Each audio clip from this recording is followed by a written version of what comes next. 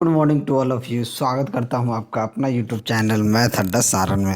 चलिए फिर मैं हाजिर हो गया एक नया सेशन लेके। इसके जहाँ साइंस प्रैक्टिस सेट 47 यानी कि 47 लेके। तो चलिए, अगर अभी तक आपने हमारा 46 यानी 46 प्रैक्टिस सेट नहीं देखा है तो इसका प्लेलिस्ट बना हुआ है। इसके जहाँ रेलवे साइंस के नाम से आप वहाँ से जाके देख सकते हैं। आप सभी को पता होगा कि कल एक रेलवे ने नोटिस जारी कर दिया है। अब आने वाले दिनों में एग्ज़ाम पॉसिबिलिटी बनता है कि जुलाई तक एनटीपीसी 7 फेज़ का एग्ज़ाम ले लें और उसके बाद ग्रुप डी का एग्ज़ाम को कंडक्ट कर दिया जाए। तो आप अपना प्रिपरेशन जो है ये कंटिन्यू रखें और घर पे रहें, सुरक्षित रहें, पढ़ते रहें। तो चलिए, अगर आप चैनल पर नए हैं तो चैनल को सब्सक्राइब जरूर कर लें और साथ ही साथ बेल आइकन को दबा लें ताकि किसी भी वीडियो को हम अपलोड करें आप तक उसका सीधा नोटिफिकेशन पहुँचे। तो चलिए, बिना टाइम वेस्ट के क्लास को हम शुरू करते हैं। आज का पहला क्वेश्चन देखते हैं कि पहला क्वेश्चन क्या है। तो पहला क्वेश्चन है कि किसी पिंड के वेग समय ग्राफ सरल रेखा में आता है तथा मूल बिंदु से गुजरते हुए एक्स अक्ष को छूता है तो पिंड गतिशील होगा। यानी कि पिंड क्या हो जाएगा, गतिशील होगा। तो क्या होगा, अब देखिए वेग समय ग्राफ की बात की गई है। ये रहा समय और ये रहा वेग, ठीक है। देखिए इसमें 5 केस होता है, ठीक है। इस चीज़ को आप जान लीजिए, ठीक है। 5 केस में क्या होता है, पहला केस जो होता है, मान लीजिए कि कोई वस्तु इस तरीके से जा रहा है। जब इस तरीके से जाएगा यहाँ से ओरिजिन से, तो हम कहते हैं कि ये क्या हो रहा है, त्वरण जो है बढ़ रहा है। क्या इस तरीके से जाएगा तो हम कहेंगे कि त्वरण बढ़ रहा है। अगर वही इस तरीके से होके जाए, इस तरीके से, तो हम कहते हैं कि त्वरण क्या हो रहा है, घट रहा है। अगर यहाँ से इस तरीके से एक सरल रेखा में जाए तो हम कहते हैं कि एक समान त्वरण है। अगर यही चीज़ इस तरीके से जाता है तो हम क्या कहते हैं कि एक समान वेग है, ठीक है। अगर वही इस तरीके से जाता है तो ये असंभव हो जाता है। तो क्वेश्चन में कह रहा है कि मूल बिंदु से गुजरते हुए एक्स अक्ष को छूता हुआ जाता है। एक्स अक्ष को छूता हो जाता है तो पिंड क्या हो जाएगा, पिंड गतिशील होगा।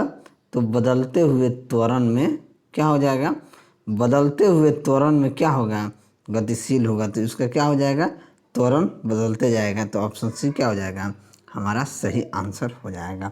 चलिए अगला क्वेश्चन देखते हैं। अगला क्वेश्चन देखते हैं कि किसी वस्तु पर कार्य करने वाले गुरुत्व बल को डैश के रूप में जाना जाता है। तो किसी वस्तु पर कार्य करने वाले गुरुत्व बल को हम किसके रूप में जानते हैं, भार के रूप में जानते हैं। क्या हो जाएगा, भार के रूप में जानते हैं। तो ऑप्शन डी क्या हो जाएगा, हमारा सही आंसर हो जाएगा, क्योंकि द्रव्यमान क्या होता है, हमेशा नियत रहता है, ठीक है। चलिए नेक्स्ट, थर्मिस्टर निम्नलिखित में होता है, थर्मोकपल, थर्मल रेजिस्टेंस या मिनिएचर एमिशमेंट या थर्मल इंसुलेशन। क्या होता है थर्मिस्टर, तो थर्मिस्टर जो होता है वो थर्मल रेजिस्टेंस होता है। क्या होता है, थर्मल रेजिस्टेंस होता है। तो ऑप्शन सी क्या हो जाएगा, हमारा सही आंसर हो जाएगा।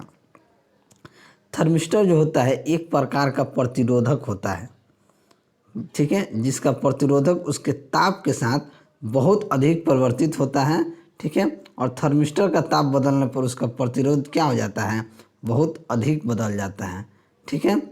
अगर थर्मिस्टर की बात करें तो थर्मिस्टर शब्द जो है थर्मल और रजिस्टर को क्या करके मिला के बनाया गया है। चलिए अगला क्वेश्चन देखते हैं। किसी वस्तु के ताप में वृद्धि का अर्थ है कि वस्तु की गतिज ऊर्जा बढ़ गई, स्थितिज ऊर्जा बढ़ गई, यांत्रिक ऊर्जा बढ़ गई या ऊष्मीय ऊर्जा बढ़ गई। देखिए किसी वस्तु का ताप अगर आप बढ़ाइएगा तो उसका ताप क्या हो जाएगा, उसका ऊष्मीय ऊर्जा ना बढ़ेगी। बात समझ रहे हैं ना। अगर मान लीजिए किसी वस्तु को ताप में वृद्धि कर दीजिएगा तो उसका क्या हो जाएगा, ऊष्मीय ऊर्जा बढ़ जाएगा, ठीक है। तो ऊष्मीय ऊर्जा बढ़ जाएगा तो ऑप्शन डी क्या हो जाएगा, हमारा सही आंसर हो जाएगा, ठीक है।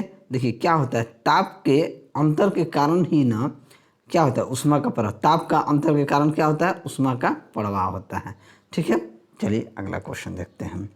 निम्न तापी इंजनों का अनुप्रयोग होता है। तो निम्न तापी इंजनों का अनुप्रयोग कहाँ होता है, पनडुब्बी नोदन में, रॉकेट प्रौद्योगिकी में या तुषार मुक्त मुक्त परिस्थितियों में या अति चालकता विषयक अनुसंधानों में किसमें होता है? तो देखिए निम्नतामिक का जो प्रयोग होता है ये रॉकेट प्रौद्योगिकी में होता है। तो ऑप्शन सी क्या हो जाएगा? हमारा सही आंसर हो जाएगा। ठीक है, अगला क्वेश्चन देखते हैं। अगला क्वेश्चन है कि ग्रीष्म ऋतु में बिजली के पंखे नीचे बैठने पर हमें सुख प्राप्त होता है क्योंकि देखिए जब भी मान लीजिए हम बहुत पसीना हमको लगा रहता है, ठीक है, जब हम आके इसमें पंखा के नीचे बैठ जाते हैं तो पंखा क्या कर देता है? हमारे पसीने को सुखा देता है, यही ना करता है। जब हमको हमारे पसीने को वो सुखा देगा तो हमको आराम मिलने लगेगा, रिलीफ मिलने लगता है। तो क्या होता है, हमारे चारों ओर में की हवा में गति लाकर शरीर के पसीने के वाष्पन में वृद्धि कर देता है, जिसके कारण क्या होता है, हमें बहुत ही अच्छा फील होता है। तो ऑप्शन बी क्या हो जाएगा? हमारा सही आंसर हो जाएगा। ठीक है, अगला क्वेश्चन देखते हैं कि किसी माध्यम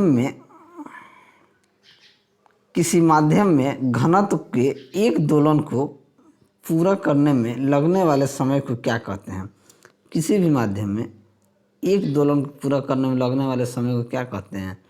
उसका अगर तरंग है तो तरंग का समय काल कहेंगे। क्या कहेंगे? समय काल। तो ऑप्शन बी क्या हो जाएगा? हमारा सही आंसर हो जाएगा।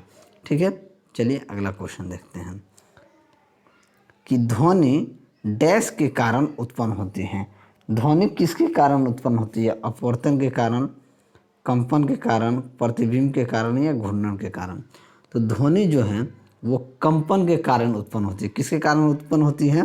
कंपन के कारण उत्पन्न होती है। तो ऑप्शन बी हमारा क्या हो जाएगा? सही आंसर हो जाएगा। चलिए अगला क्वेश्चन देखते हैं। हवा में ध्वनि की गति से अधिक गति डैश के रूप में जानी जाती है। सुपरसोनिक, सोलर, इंफ्रासोनिक या अल्ट्रासोनिक? तो जो हवा में गति होती है उसे किस रूप से जाना है? उसे सुपरसोनिक के रूप से जानते हैं। किस रूप से जानते हैं? सुपरसोनिक के रूप से जानते हैं। तो ऑप्शन ए क्या हो जाएगा? हमारा सही आंसर हो जाएगा। ठीक है, हम जानते हैं कि 20 किलोहर्ट्ज़ से अधिक आवृत्ति वाले तरंग को क्या कहते हैं? हम परासर्व तरंग कहते हैं। ठीक है, चलिए अगला क्वेश्चन देखते हैं। निम्न में से किस माध्यम का अपवर्तनांक सबसे कम है? यानी कि सबसे कम अपवर्तनांक किसका है? ठीक है, पेट्रोल का, तेल का, हवा का, हीरा का? तो सबसे कम अपवर्तनांक जो होता है वो हवा का होता है। तो ऑप्शन सी क्या हो जाएगा? हमारा सही आंसर हो जाएगा। देखिए अपवर्तनांक क्या होता है? अपवर्तनांक माध्यम का वह गुण होता है जो माध्यम में प्रकाश के चल को निर्धारित करता है। क्या करता है? प्रकाश के चाल को निर्धारित करता है। ठीक है,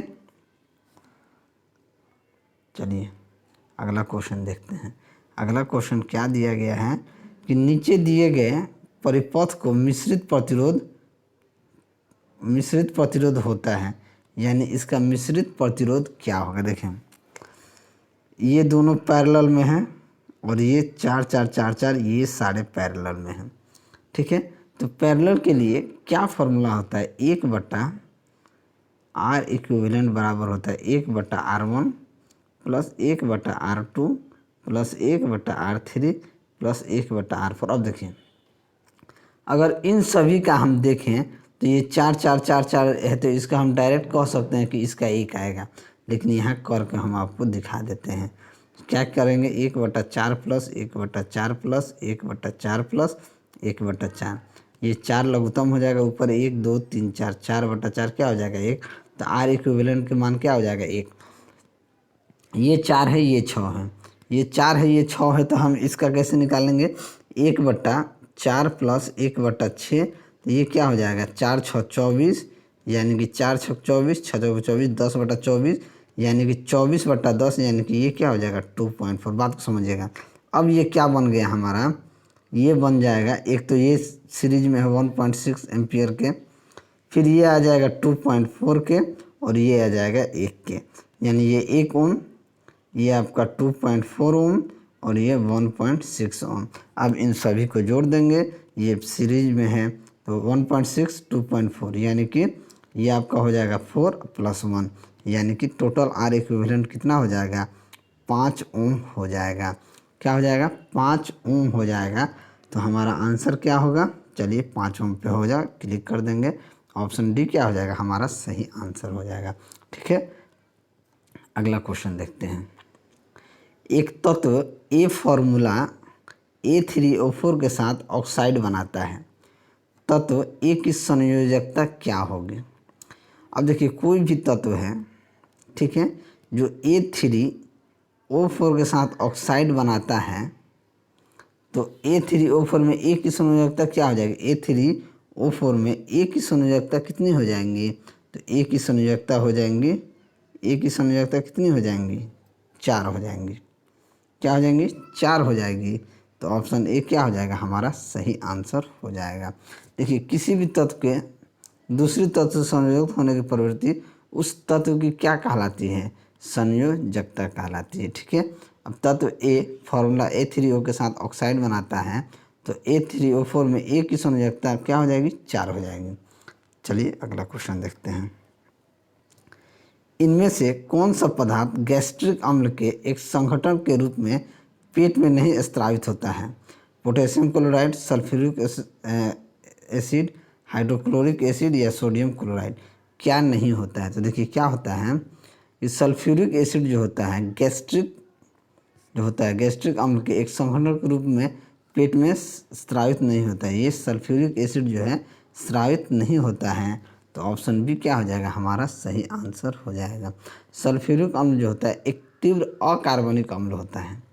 यह गंधहीन रंगहीन पदार्थ है जो जल के साथ क्या करता है? विलय। ठीक है, अगर सल्फ्यूरिक एसिड की बात की जाए, यानी कि H2SO4 का प्रयोग पेट्रोलियम के संशोधन में कई प्रकार के विस्फोटक बनाने में, रंग व औषधीय बनाने के लिए किया जाता है। ठीक है, चलिए अगला क्वेश्चन देखते हैं।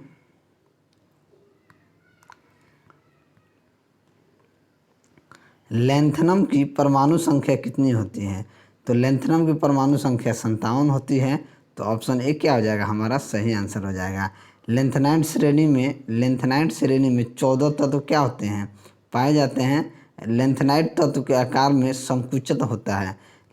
अगर हम लेंथनाइट तत्व के संकुचन के कारण डी ब्लॉक की 5D श्रेणी के तत्व का आकार 4D श्रेणी के तत्व के लगभग क्या होता है? बराबर होता है। चलिए नेक्स्ट। डैश प्रत्येक कार्बन परमाणु एक ही तल में 3 अन्य कार्बन परमाणुओं से बंधे होते हैं जो षटकोणीय व्यूह रचना प्रदान करते हैं। तो वो कौन हो? प्रोपीन, ग्रेफाइट, हीरे, बेंजीन। तो प्रत्येक का ये क्या हो जाएगा? ग्रेफाइट हो जाएगा, जो षटकोणीय व्यूह रचना प्रदान करते हैं। तो ऑप्शन बी हमारा क्या हो जाएगा? सही आंसर हो जाएगा ग्रेफाइट। ठीक है, आजकल एयरक्राफ्ट बनाने में भी कार्बन फाइबर का प्रयोग किया जाता है। ठीक है, और काफ़ी उच्च दाब पर उत्प्रेरक की उपस्थिति में ग्रेफाइट को गर्म करने पर ही हीरा में क्या होता है? वो परिवर्तित हो जाता है। चलिए अगला क्वेश्चन देखते हैं।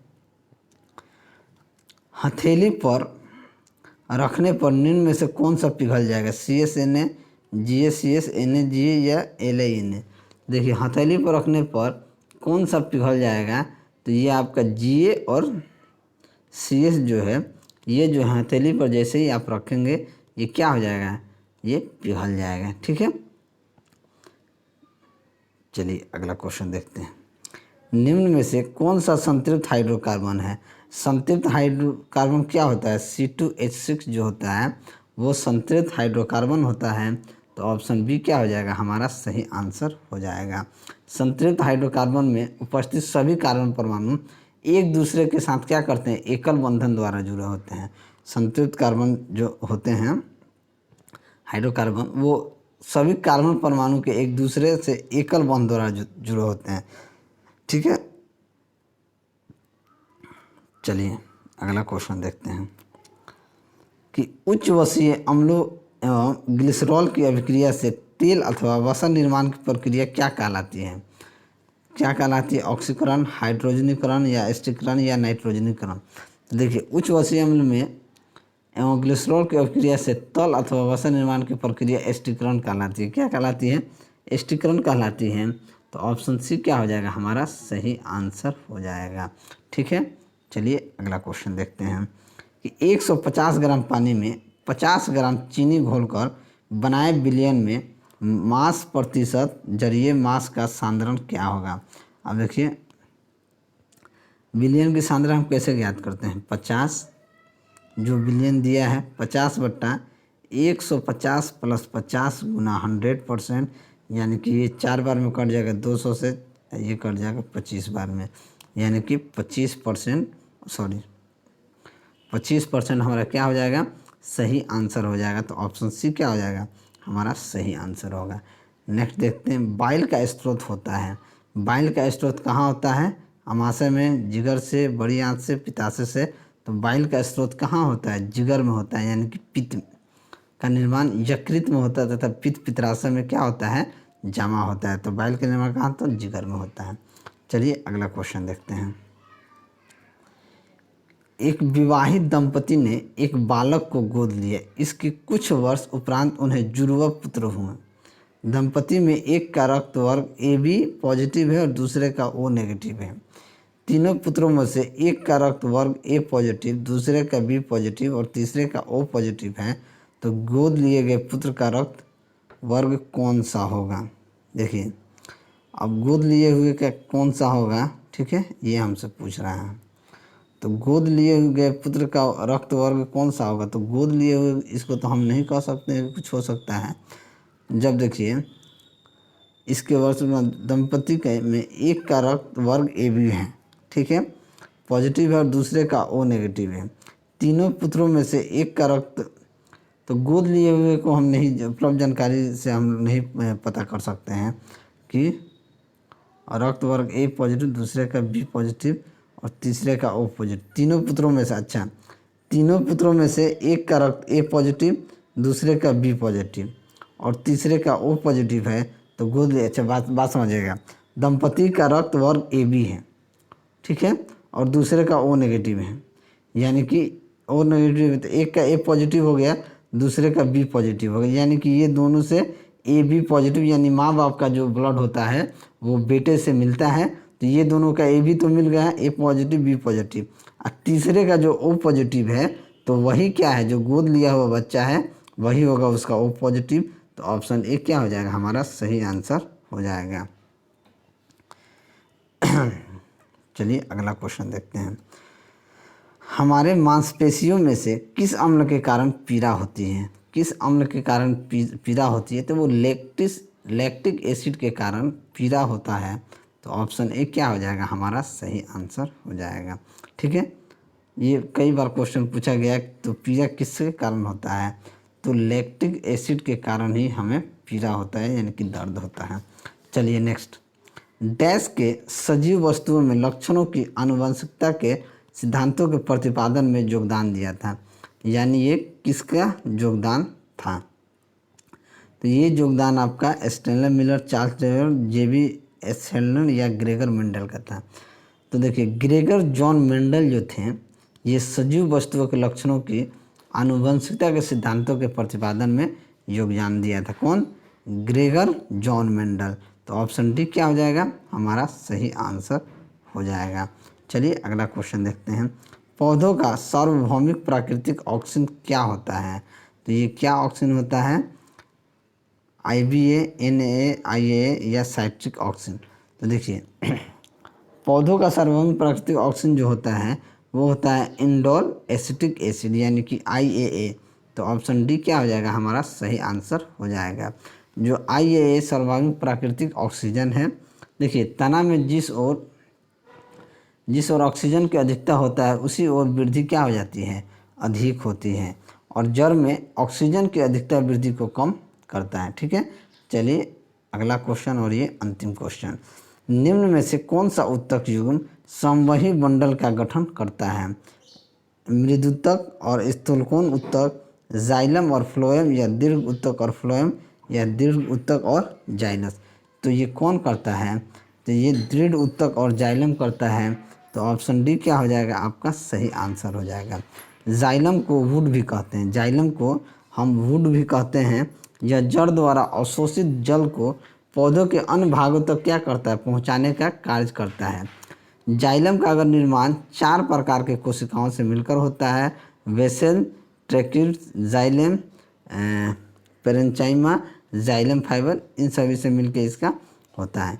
ठीक है, तो चलिए, अगर मेरा वीडियो आपको अच्छा लगा हो तो वीडियो को लाइक करें, दोस्तों में शेयर करें। अगर आप हमारे चैनल पे नए हैं तो चैनल को सब्सक्राइब करें। मैं ऐसे ही वीडियो लेकर आपके सामने हाजिर होता रहूँगा। चलिए मिलते हैं अगले वीडियो में, तब तक के लिए जय हिंद।